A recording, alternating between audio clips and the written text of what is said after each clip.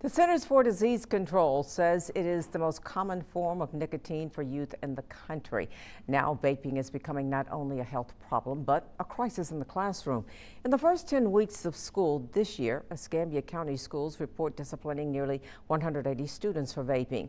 WEAR's Samantha Serban joins us in the studio with how different districts across Northwest Florida are fighting the flavored fad. Sue, it's education, discipline, visibility, all three tools being used here locally as school staff try desperately to combat vaping. I got it from my friends. I didn't know it had these serious consequences. I just can't stop.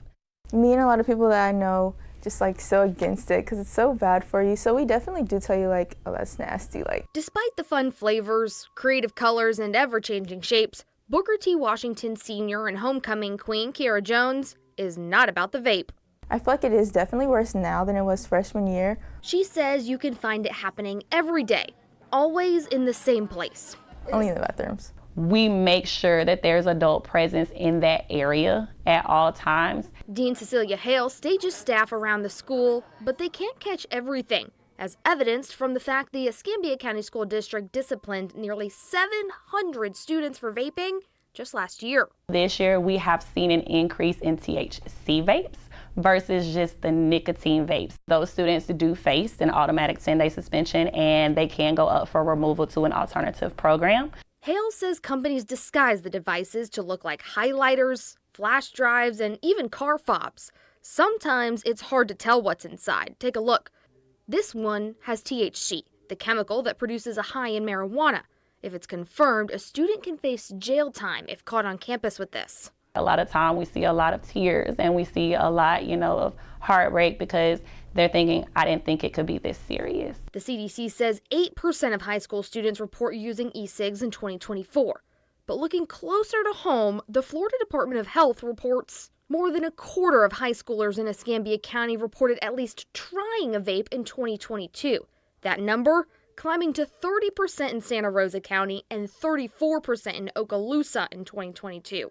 The FDOH releases data every other year, so we don't have 2024 numbers yet. School leaders tell me the problem isn't just in high school.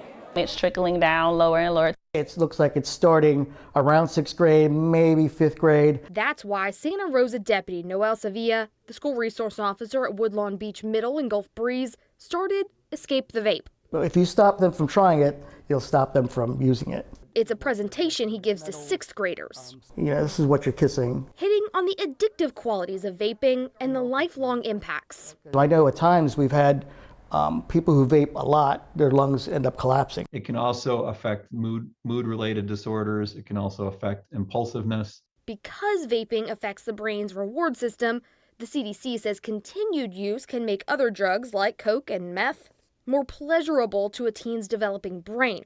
Pair that with targeted marketing, and you've got a recipe for addiction, or worse. What's inside of that liquid is what you're adjusting. There's metals, cyanide, formaldehyde. When you look at vaping, there's over 15,000 different flavors to get them addicted, get them on it, and then keep them on it, as they continue to grow. In an attempt to slow the growing problem, Okaloosa County schools installed more than 200 vape sensors back in 2023. You can find them in all middle and high school bathrooms. It's a project that cost a pretty penny, over $175,000. But the superintendent says they've seen success from it, and while leaders here in Escambia County would like to follow suit, they aren't there yet. So maybe in the meantime, peer encouragement could close the gap. A message? Children, stop vaping. Put the vapes down. The vapes are nasty. The vapes are not going to save your life. Put the vapes down and put the books up.